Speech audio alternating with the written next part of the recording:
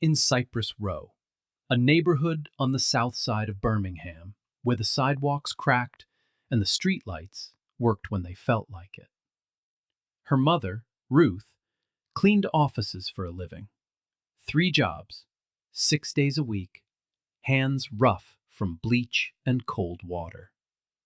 Ruth Turner never finished high school, but she could quote scripture from memory, and she never let her daughter leave the house without pressed clothes and a straight spine. "You walk in like you belong," Ruth used to say, "even when they tell you that you don't."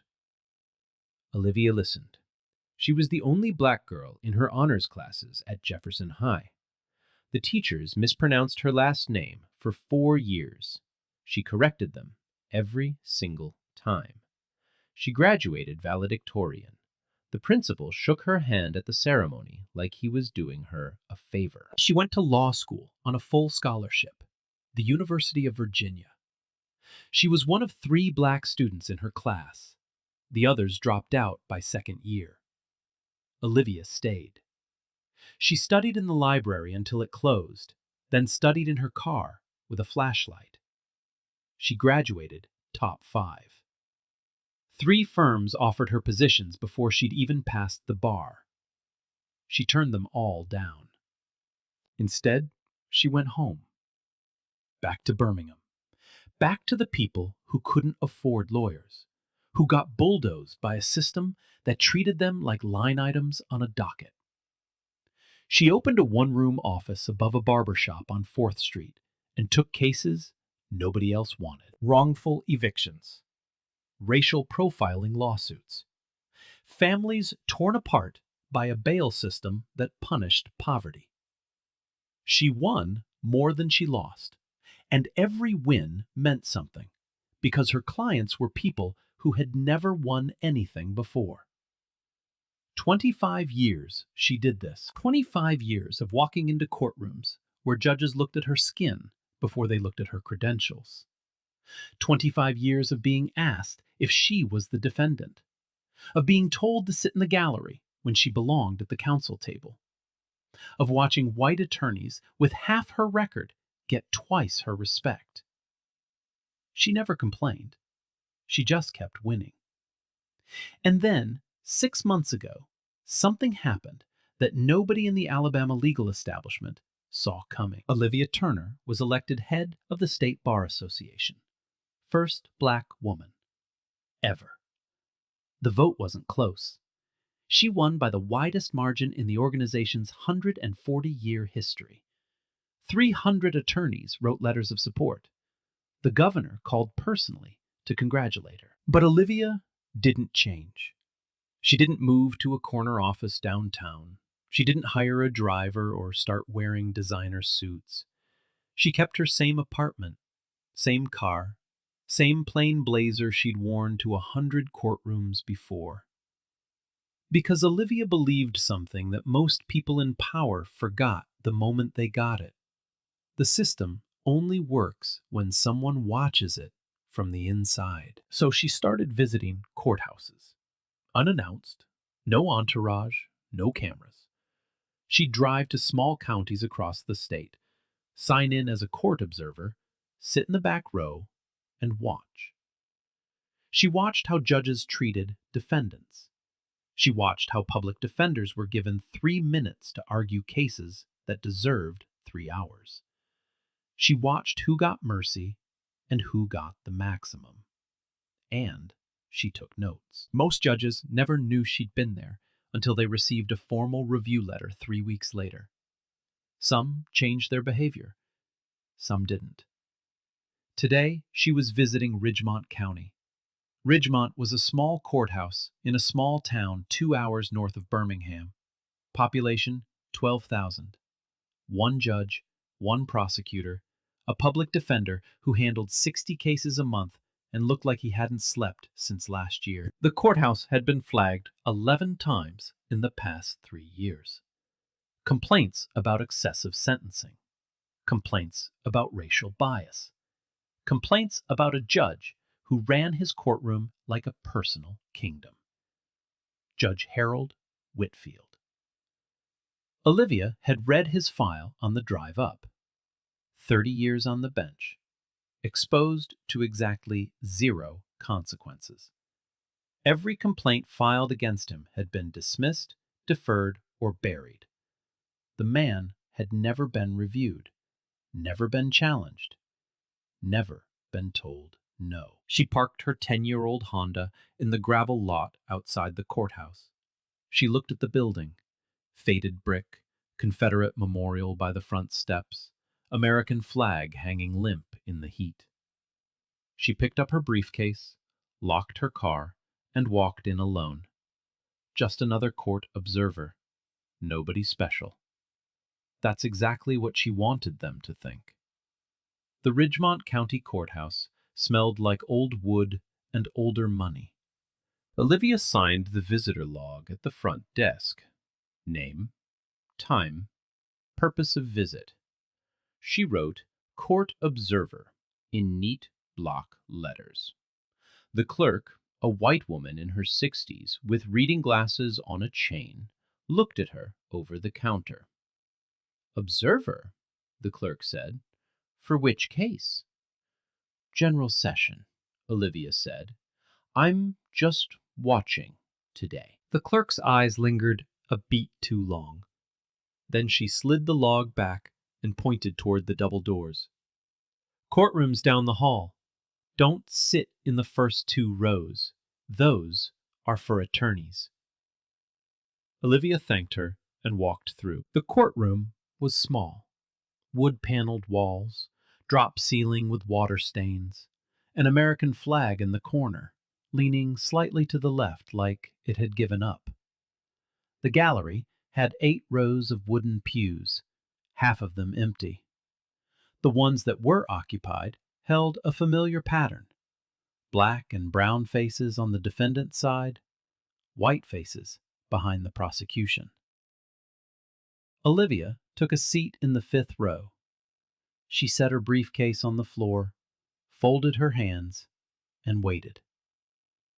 At 9:15, the side door opened. Judge Harold Whitfield walked in like he owned the building. And in Ridgemont, he basically did. He was 63 years old, broad-shouldered, with a thick neck, and a face that had been red for so long it had become its permanent color. His robe was pressed. His hair was combed back in silver waves. He wore a gold class ring on his right hand that he tapped against the bench when he was irritated, which was often. He sat down without looking at the gallery. The bailiff called the room to order. Whitfield didn't wait for the noise to settle before he started talking. First case, he said. Holloway. A young black woman stood up from the front row. Denise Holloway, 26 years old, single mother. She wore a dress that was clean but not new, and her hands were shaking so badly she had to clasp them together to keep still. Her public defender, a thin white man named Garrett, who looked like he'd slept in his suit, stood beside her and opened a folder he'd clearly read for the first time 5 minutes ago. The case was simple. Denise owed $200 in back rent. Her landlord wanted eviction. Denise had proof of a partial payment and a letter from her employer confirming a raise that would cover the balance within 30 days. Garrett started to present the evidence. He got 3 sentences in. Counselor, Whitfield interrupted. I've read the filing. She owes the money. What else is there? Your Honor, my client has documentation showing. I said I've read it. Whitfield leaned back in his chair. Miss Holloway, do you have $200 right now? Denise's voice was barely above a whisper. No, sir, but I can. Then we're done here. He picked up his stamp. Eviction granted. 30 days to vacate. Garrett tried again. Your Honor, there's a precedent for next case. The gavel came down. Denise Holloway stood frozen. Her eyes went glassy. Garrett touched her arm and whispered something. She sat down slowly, her hands still shaking, staring at the table like she was trying to remember how to breathe. Olivia watched all of it. She watched the judge dismiss a woman's home in less than 90 seconds. She watched a public defender who didn't even try to fight. She watched a courtroom full of people accept it like it was weather, something you endured because you couldn't change it. And something shifted inside her. She didn't plan to speak. She had come to observe, document, and file a report. That was the protocol. That was how the system worked. But the system had just thrown a mother and her children onto the street over $200 without letting her finish a sentence. Olivia stood up. Every head in the gallery turned. "Your Honor," she said. Her voice was calm, clear, and carried to every corner of the room. "I'm a member of the bar, and I'd like to note for the record that the defendant was not given adequate opportunity to present exculpatory evidence. Under Section 14-6 of the State Housing Code, a tenant who demonstrates ability to pay within a 45-day window is entitled to a continuance." The courtroom went silent. Whitfield looked up from his papers. His eyes found Olivia, a black woman in a plain blazer, standing in the fifth row of his courtroom, telling him he was wrong. He stared at her for a long moment. Then he smiled. It was the kind of smile that had nothing to do with humor. "And who exactly are you?" he said. "A court observer and a member of the state bar, Your Honor." "A court observer." He repeated it slowly, tasting the words like something sour. He looked her up and down. The plain blazer, the flat shoes, the natural hair. He made his assessment in 2 seconds. "Let me tell you something, sweetheart," he said, leaning forward. "I've been on this bench since before you could spell courtroom. I don't need some woman wandering in off the street to tell me how to run my court." "I'm not telling you how to run your court, Your Honor. I'm citing the law." "The law?" He almost laughed. "You want to talk about the law? The law says I decide what happens in this room. The law says I can hold anyone in contempt who disrupts my proceedings. And right now, you're disrupting my proceedings. Due process is not a disruption, Your Honor." The room held its breath. Whitfield's smile disappeared. The gold ring tapped twice against the bench. His voice dropped low, the voice of a man who had never, in 30 years, been told he was wrong by someone who looked like her. "Last chance," he said. "Sit down, or I'll have you removed." Olivia didn't sit down. She stood exactly where she was, her hands at her sides, her eyes level with his. "I respectfully decline, Your Honor. The record should reflect—" "Bailiff!" The word cut through the air.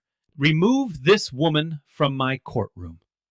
Charge her with contempt, and book her for the night." He leaned into the microphone. "Maybe a few hours in a holding cell will remind her that in this courthouse, I am the law." The bailiff hesitated. He looked at Olivia. He looked at the judge. Then he walked toward her with handcuffs.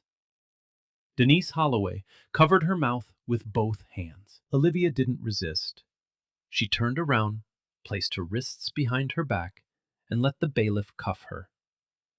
As she was led past the gallery, she looked straight ahead. Not at the judge, not at the crowd.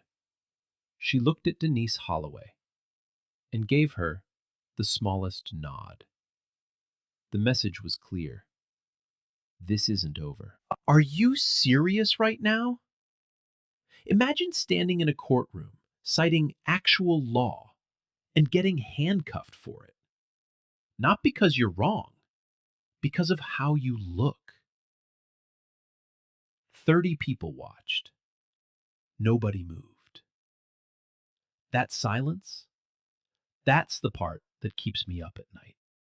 The hallway outside the courtroom smelled like floor wax and silence. The bailiff, a stocky man in his 40s named Harding, walked Olivia down a narrow corridor toward the processing room.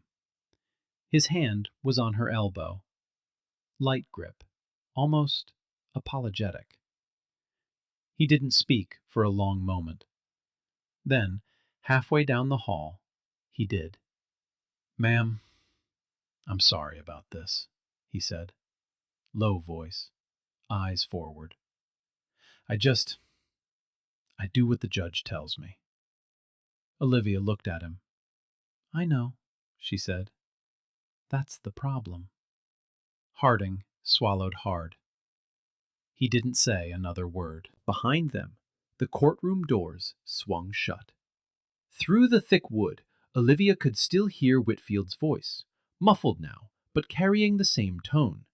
He was already on the next case, already moving on, as if jailing a woman for citing the law was nothing more than a footnote in his mourning. The processing room was a small square space with a desk, a computer from the early 2000s, and a camera mounted on a tripod.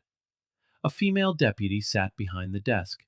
She looked up when they entered, saw the cuffs, and reached for a form without asking questions. "Name?" the deputy said. "Olivia Turner." "Charge?" Harding cleared his throat. "Contempt of court. Judge Whitfield's order." The deputy typed it in. She didn't ask for details. In Ridgemont, the judge's word was the only detail that mattered. They took her belongings. One navy blazer, one briefcase, brown leather, scuffed at the corners. One cell phone, one set of car keys, Honda, one pair of reading glasses, one wallet containing a driver's license, 2 credit cards, and a business card that the deputy didn't bother to read. She placed each item in a clear plastic bag, labeled it, and sealed it shut. If she had flipped that business card over, she would have seen 4 words printed in small, clean type. State Bar Association. Chair. But she didn't flip it. Nobody in Ridgemont expected to find a title like that on a black woman in handcuffs. They fingerprinted her. The ink was cold. Olivia pressed each finger against the card with the precision of someone who had handled evidence 1,000 times before. The deputy watched her. Most people fumbled through this part, their hands trembling, their fingers slipping. Olivia's hands were steady, practiced, like she was signing documents, not being booked. They photographed her, front, side. The camera flash was harsh and white. Olivia stood with her chin level, her expression neutral, her eyes looking directly into the lens. Not defiant, not defeated, just present. As if she were sitting for a portrait she had agreed to. She had seen this process from the other side 100 times, standing next to clients who trembled through it, who cried, who asked questions nobody answered. She had held their hands after, told them it would be okay, told them the system would work. Now she was the one being processed, and she felt something she hadn't expected. Not fear, not anger, something quieter. A kind of clarity that only comes when you see the machine from the inside of its mouth. The deputy led her to the holding area. It was down a flight of stairs, past a heavy metal door that required a key card. The air changed, warmer, thicker. The smell of sweat and cleaning fluid, and something underneath both. The stale, human smell of people who had been kept in a small space for too long. There were 3 cells. 2 were empty. The third held a man asleep on a bench with his arm over his eyes. They put Olivia in the first cell. The deputy removed the cuffs, stepped back, and closed the door. The lock clicked. "Dinner's at 6, the deputy said. "Lights out at 10. Then she was gone. Olivia stood in the center of the cell for a moment. Concrete floor, metal bench with a thin mattress, a steel toilet with no seat, a single fluorescent light that buzzed with the persistence of something that would never die. She sat down on the bench. The mattress gave less than an inch. She was allowed one phone call. They brought her to a wall-mounted phone in the corridor. She dialed a number from memory. It rang twice. Olivia? The voice on the other end belonged to Carolyn Webb, her deputy at the state bar. Where are you? You missed the 4 o'clock briefing. I'm in Ridgemont, Olivia said. Her voice was even. I've been held in contempt by Judge Whitfield. I'm in custody overnight. Silence. You're... what? Contempt of court. I spoke up during a hearing. He didn't like it. Olivia, do you understand what... I'm calling the AG's office right now. I'm calling the governor. I'll have you out in... Carolyn. Olivia's voice was quiet but firm. Don't do anything yet. What do you mean, don't do anything? You're the chair of the state bar, sitting in a county jail. I know exactly where I am, and I need you to let this play out. Another silence. Longer this time. Olivia, what are you doing? My job. She hung up. The deputy walked her back to the cell. The door closed again. The lock clicked again. Olivia sat down on the bench. She leaned her head against the concrete wall and closed her eyes. In 30 years on the bench, Judge Harold Whitfield had silenced hundreds of people in his courtroom. He had held 17 people in contempt. He had jailed 9 of them overnight. Every single one had been black. Not one of them had the power to do anything about it. Until now. The cell was 7 feet by 10. Olivia knew because she measured it. Not with a tape, with her steps. 3 steps from the bench to the door, 4 steps from the wall to the toilet. She had a habit of measuring things. Courtrooms, offices, the distance between what the law promised and what people actually received. This was the smallest room she'd ever been locked inside. The fluorescent light above her head had no switch.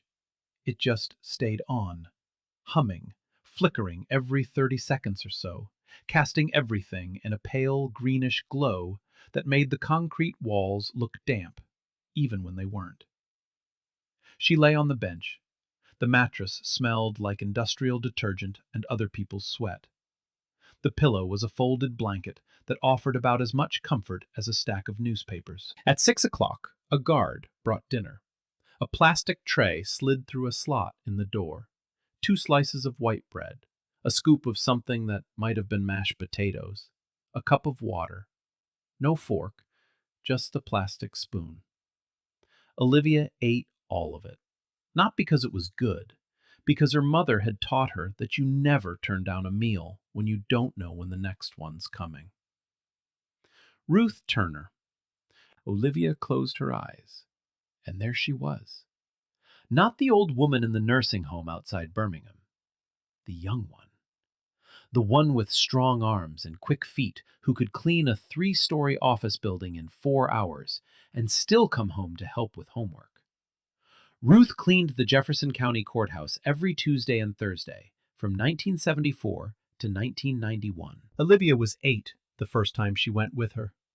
Ruth couldn't find a babysitter that night, so she brought Olivia along, gave her a rag, and told her to wipe down the baseboards in the hallway. Olivia remembered the marble floors, the high ceilings, the portraits of white men lining the walls, judges, attorneys general, governors, all staring down with the same expression. Permanent authority. Unquestionable. She remembered following her mother into a judge's chambers, after hours, no one around, to empty the trash and vacuum the carpet. The room smelled like cigars and leather. There was a nameplate on the desk. Gold letters. Olivia couldn't read it yet. She was only 8. But she remembered how heavy it looked. How permanent. Her mother moved quickly, emptied the trash, wiped the desk, vacuumed around the chair. She didn't touch the papers. She didn't sit in the chair. She moved through that room like she was invisible. Like she was supposed to be invisible. On the way home, Olivia asked a question. Mama, why do we clean their rooms, but they never say thank you? Ruth didn't answer right away. She drove for a while, her hands steady on the wheel, the street lights sliding across her face. Then she said, Baby, one day you're going to walk into a courthouse and they'll have to listen to you. Not because you're cleaning it, because you belong in it. Olivia was 8 years old.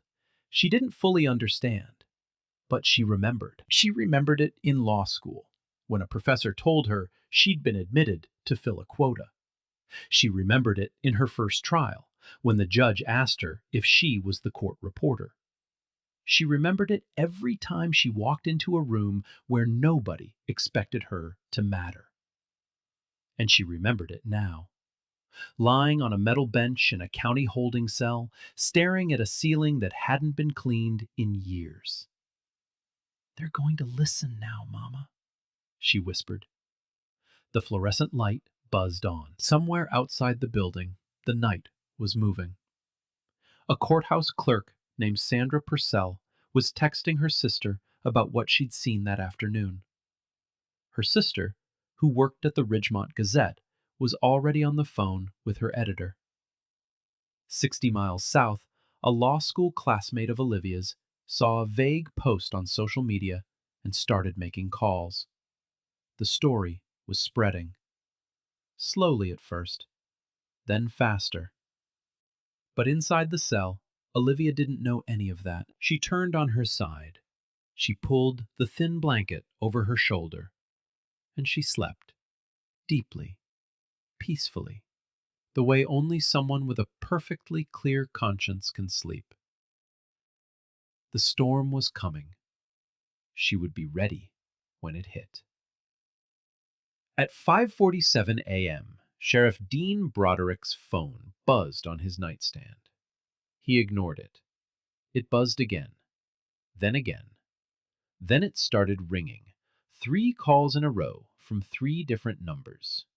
He picked it up on the 4th. Sheriff. The voice on the other end belonged to the county attorney. He sounded like a man who had just swallowed something sharp. We have a situation at the courthouse. What kind of situation? The kind that's going to be on the news in about 2 hours. Broderick was at the courthouse by 6:15. He came through the back door, still buttoning his shirt. His chief deputy met him in the hallway with a printout of Olivia's booking sheet and a look on his face that said everything. Who is she? Broderick asked, reading the sheet. Contempt charge from Whitfield, Olivia Turner. So what? His deputy handed him a second sheet, a printout from the Alabama State Bar Association's website. Olivia Turner's official portrait. Same face, same natural hair, same steady eyes. Underneath, chair, Alabama State Bar Association. Broderick read it twice. Oh no, he said. It gets worse, his deputy said. The Ridgemont Gazette is running a story at 8. Birmingham News already has it. Someone posted on social media last night. The Attorney General's office called twice before I got here. Broderick leaned against the wall. He closed his eyes. 32 years in law enforcement, and he had never felt a headache come on this fast. Get her out, he said. Now. Full release. Everything by the book. Already started the paperwork. And call Whitfield. I tried. He's not picking up. Of course he wasn't. Harold Whitfield was probably sitting in his den with a cup of coffee, watching the morning news, completely unaware that the woman he'd thrown in a cell was about to end his world. At 6:45, Broderick walked down to the holding area. He stood outside Olivia's cell. She was already awake, sitting on the bench with her back straight, her hands folded, as if she'd been waiting for him. Ms. Turner, he said. His voice was careful. I want to apologize on behalf of Sheriff. Olivia stood. Her voice was polite, but carried an edge that made him stop mid-sentence. There's no need to apologize. You didn't put me here. Judge Whitfield did. What I need from you is my release processed correctly. Every form, every signature. I want the paper trail complete. Broderick nodded quickly. Yes, ma'am. We're handling it right now. Good. And I'll need a copy of the booking record, the contempt order, and the incident report before I leave this building. I'll have it ready. Olivia looked at him, not with anger, not with forgiveness either, with the calm, surgical focus of someone who had already mapped out the next 12 moves while the other side was still figuring out the board. One more thing, Sheriff. I'm walking out the front door, not the back, not the side, the front. Broderick hesitated. He knew what was outside the front door. Cameras, reporters, a crowd that was growing by the minute. Someone had set up a hand-painted sign by the courthouse steps. Justice is not a whites-only club. Ma'am, I'd recommend the front door, Sheriff. He nodded. Outside, the crowd had doubled since sunrise. A group from the local NAACP drove up from Birmingham. Denise Holloway, the young mother from yesterday's hearing, stood near the steps, holding her daughter's hand, waiting. At 7:30, Judge Harold Whitfield pulled into the courthouse parking lot in his silver Cadillac. He noticed the news vans first. 2 of them. Then the people, a cluster of reporters with cameras and microphones gathered near the front steps. He frowned. In 30 years, the most exciting thing that had happened at Ridgemont Courthouse was a water main break. He walked past them without a word and entered through the side door. His clerk, a young man named Davis, was waiting in the hallway. His face was white.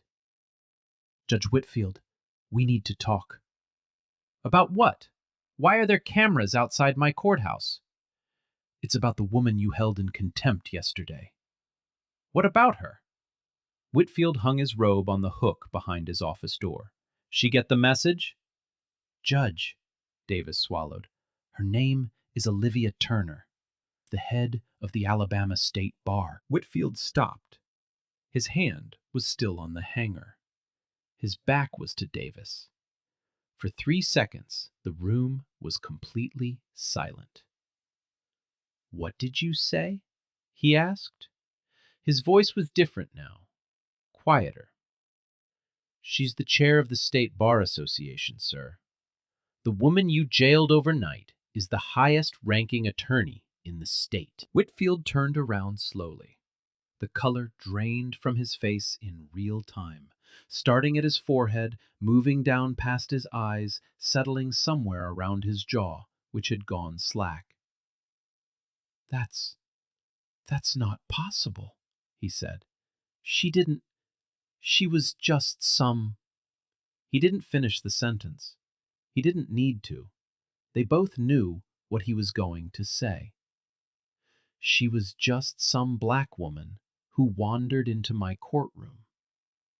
And that was exactly the problem. At 8:02 a.m., the front door of the Ridgemont County Courthouse opened. Olivia Turner walked out into the morning sun. She was still wearing yesterday's blazer, wrinkled now, creased at the elbows, a small stain on the cuff where the booking ink hadn't fully washed off. Her hair was flat on one side from sleeping on a folded blanket. She carried her briefcase in her left hand and a manila envelope of documents in her right. She looked like a woman who had spent the night in a jail cell. She looked like she didn't care. The cameras found her immediately. 3 news crews, 2 photographers, a dozen cell phones raised by the crowd. The click-whir of shutters sounded like applause. Olivia stopped at the top of the courthouse steps. She didn't rush. She didn't smile. She looked out at the crowd, 50 people, maybe more, and let the silence settle before she spoke. My name is Olivia Turner, she said. Her voice was clear and steady, amplified by the courthouse acoustics. I am the chair of the Alabama State Bar Association. I have practiced law in this state for 25 years. She paused, let it land. Yesterday afternoon, I came to this courthouse as a court observer. It is part of my responsibility as chair to visit courthouses across the state and assess the quality of justice being administered. During a hearing, I observed a defendant, a young mother, facing eviction over a $200 dispute, being denied her right to present evidence. I stood and cited the relevant statute. For that, I was held in contempt of court by Judge Harold Whitfield. I was handcuffed, booked, fingerprinted, and held in a county jail cell overnight. Another pause. The crowd was motionless. I want to be clear about something. Olivia's voice didn't rise. It didn't need to. Judge Whitfield didn't jail a state bar chair yesterday. He jailed a black woman. That's what he saw when he looked at me. Not my credentials, not my 25 years of practice, not my right to observe his courtroom. He saw a black woman who dared to speak, and he decided she needed to be taught a lesson. A murmur moved through the crowd like a wave. I am announcing today that the State Bar Association is opening a formal investigation into Judge Harold Whitfield's judicial conduct. This investigation will examine his use of contempt charges, his sentencing patterns, and the 17 formal complaints that have been filed against him over the past decade, none of which, to my knowledge, have ever been properly reviewed. She looked directly into the nearest camera. Every person who walks into a courtroom in this state, regardless of what they look like, how they dress, or where they come from, is entitled to due process. That is not a privilege. It is a right. And when a judge uses his power to punish people for exercising that right, he has no business sitting on the bench. She took one more breath. I also want to acknowledge the case that started this. Denise Holloway, a young mother who came to this courthouse yesterday asking for the chance to keep her home. She was given 90 seconds.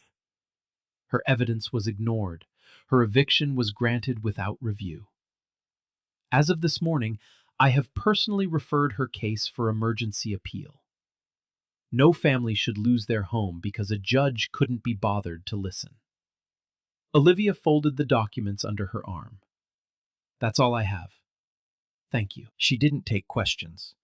She walked down the steps, past the cameras, past the crowd, and toward the gravel parking lot where her Honda was still sitting where she'd left it the day before. Denise Holloway was standing by the steps. She had her 4-year-old daughter on her hip and tears running down her face. As Olivia passed, Denise reached out and caught her hand.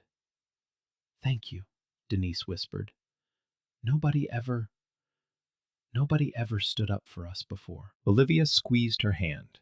She looked at the little girl, wide eyes, braids with pink beads, staring at Olivia like she was trying to memorize her face. What's her name? Olivia asked. Grace.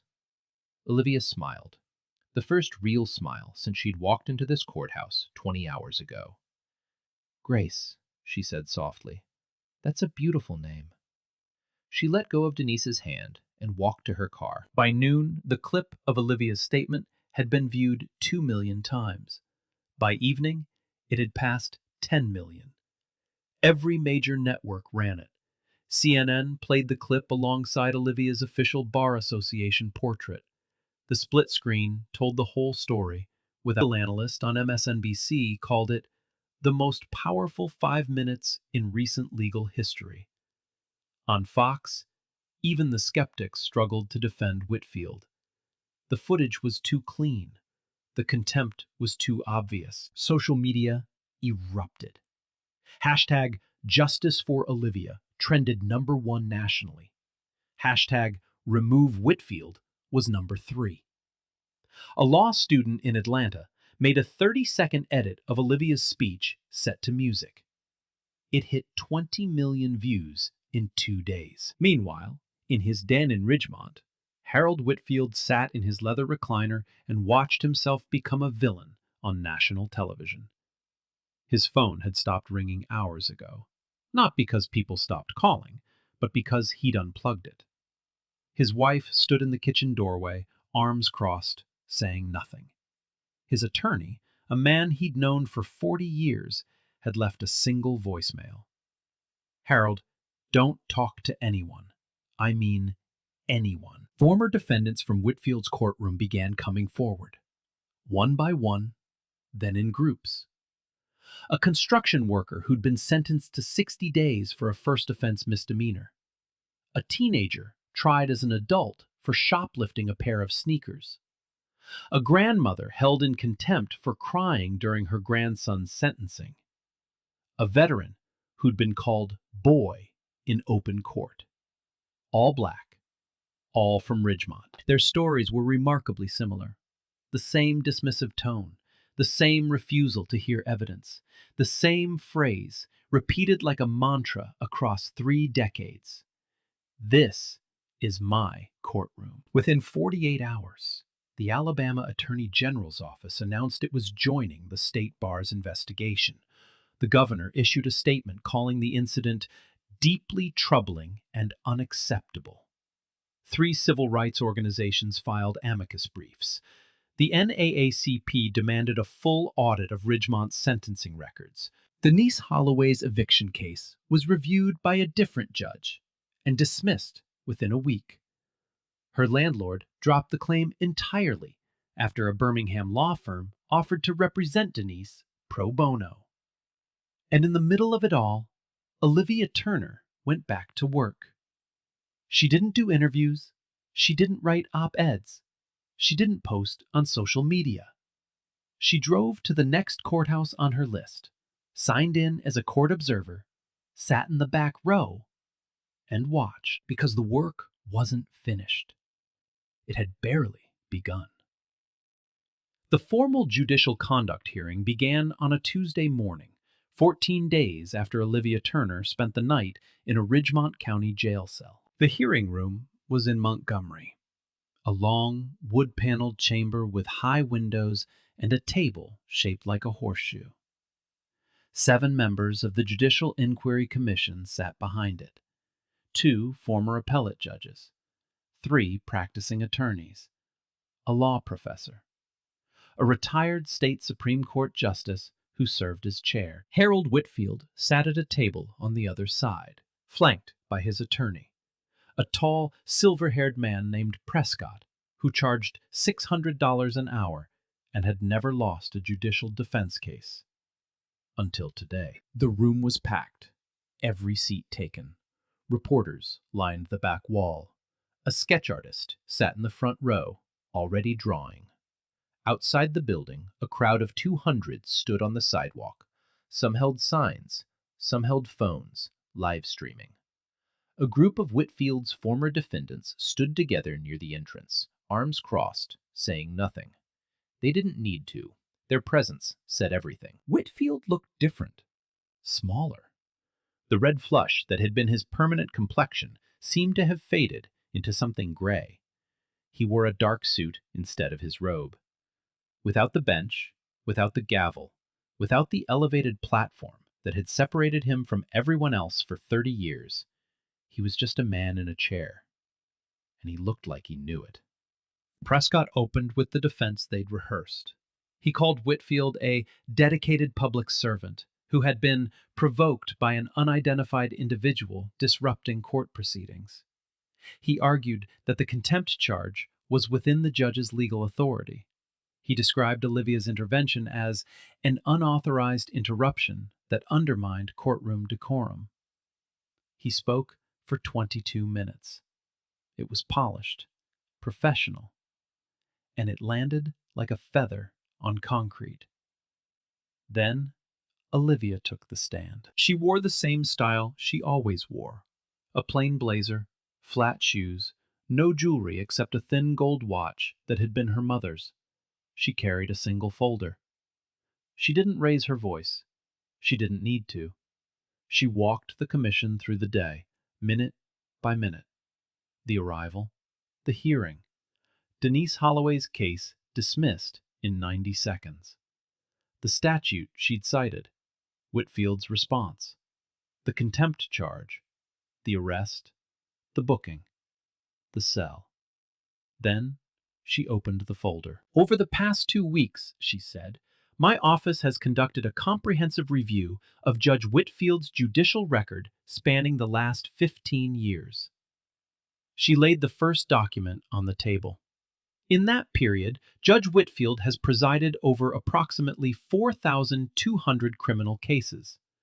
Of those, 61% involved black defendants, in a county where the black population is 23%.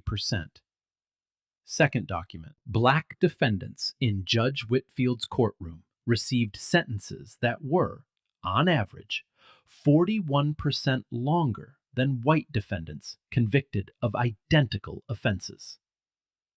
Third document. Judge Whitfield used contempt of court charges 23 times in 15 years. Every single person charged was black. Every one. The room was silent. Not the polite silence of attention. The heavy silence of people realizing they were watching something historic. Fourth document. 17 formal complaints have been filed against Judge Whitfield since 2009. Complaints alleging racial bias, excessive sentencing, denial of due process, and verbal abuse of defendants. Not one of these complaints resulted in a hearing. Not one resulted in disciplinary action. Not one was even formally acknowledged. She closed the folder. Judge Whitfield did not make a mistake when he jailed me. He did exactly what he has been doing for 30 years. The only difference is that this time, the person he silenced had the ability to speak back. Prescott attempted a cross-examination.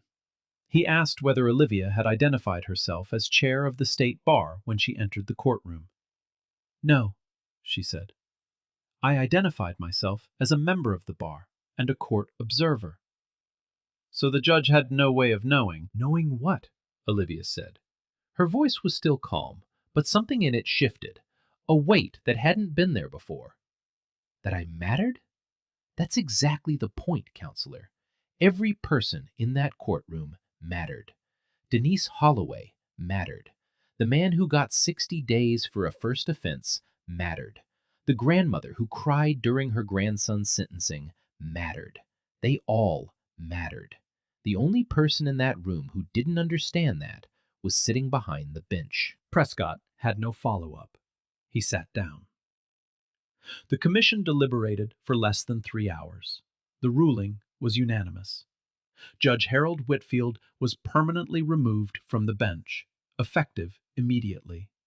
His judicial pension was suspended pending further review. His law license was referred to the state bar for disciplinary proceedings. When the ruling was read, Whitfield sat motionless. His attorney whispered something in his ear. Whitfield didn't respond. He stared at the table in front of him. The same table, the same angle, the same view that thousands of defendants had stared at in his courtroom when they were waiting to hear their fate.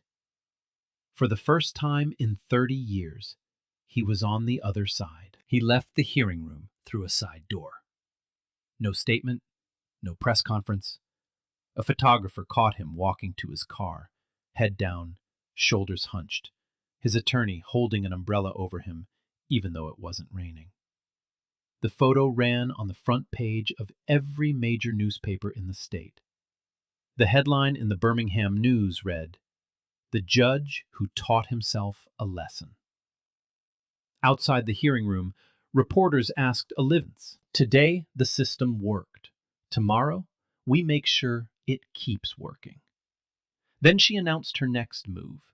She would be drafting a bill, the Judicial Accountability Act. Mandatory bias training for every sitting judge. Anonymous complaint systems. Independent sentencing audits every 3 years. And a fast-track review process so that no complaint sits in a drawer for a decade while a judge keeps destroying lives. She didn't elaborate further. She walked to her car, set her briefcase on the passenger seat, and drove back to Birmingham. There was a courthouse in Selma she'd been meaning to visit. 6 months later, the Judicial Accountability Act passed the Alabama state legislature. The vote was 31-4 in the Senate and 89-16 in the House. The governor signed it on a Friday afternoon in a ceremony that was broadcast live. Olivia Turner stood 3 feet behind him, hands folded, watching the pen move across the page. She didn't smile for the cameras. She smiled when it was over, quietly, as she walked back to her car. The act changed 3 things immediately. Every sitting judge in the state was now subject to mandatory bias review every 3 years. A new anonymous complaint portal went live, and in its first month, it received over 300 submissions from 31 counties. A fast-track disciplinary panel was created to review complaints within 90 days, not 90 months. 12 judges were flagged in the first review cycle. 4 resigned before their hearings began. Harold Whitfield was not among them. He had already been removed. His law license was permanently revoked 6 weeks after the hearing. The last anyone heard, he had moved to a small town in Florida. He did not practice law. He did not give interviews. He did not attend his own retirement dinner because no one organized one. In Ridgemont, things changed slowly, the way they always do in small towns. A new judge was appointed, a younger woman named Catherine Stokes, the first black judge in the county's history. She kept a framed copy of the Judicial Accountability Act on her office wall. Denise Holloway kept her apartment. She got the raise her employer had promised. Her daughter, Grace, started kindergarten in the fall. On the first day of school, Denise packed Grace's lunch in a brown bag and wrote a note inside. "You belong here." Olivia visited Denise once, 3 months after everything. They sat on Denise's porch while Grace drew with chalk on the sidewalk. "I keep thinking about that day," Denise said. "You standing up. Everyone else just sitting there." "I almost didn't stand," Olivia said. Denise looked at her. "Really? Really? I came to observe. That was the job. But then I watched him dismiss your case in 90 seconds, and I thought about my mother. She used to clean courthouses. She told me that one day people in courtrooms would have to listen to me." Olivia paused. "I think she meant people like you, too."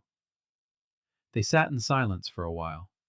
Grace drew a sun with 7 rays and asked her mother to count them. Olivia drove home that evening on the same highway she'd taken to Ridgemont 6 months earlier. The sun was going down, the same fields, the same billboards, the same stretch of Alabama that had been arguing with itself about justice since before she was born. She pulled into her apartment complex. Same parking spot, same 10-year-old Honda. Her phone buzzed. A message from Carolyn Webb. "New complaints from Perry County. 3 judges.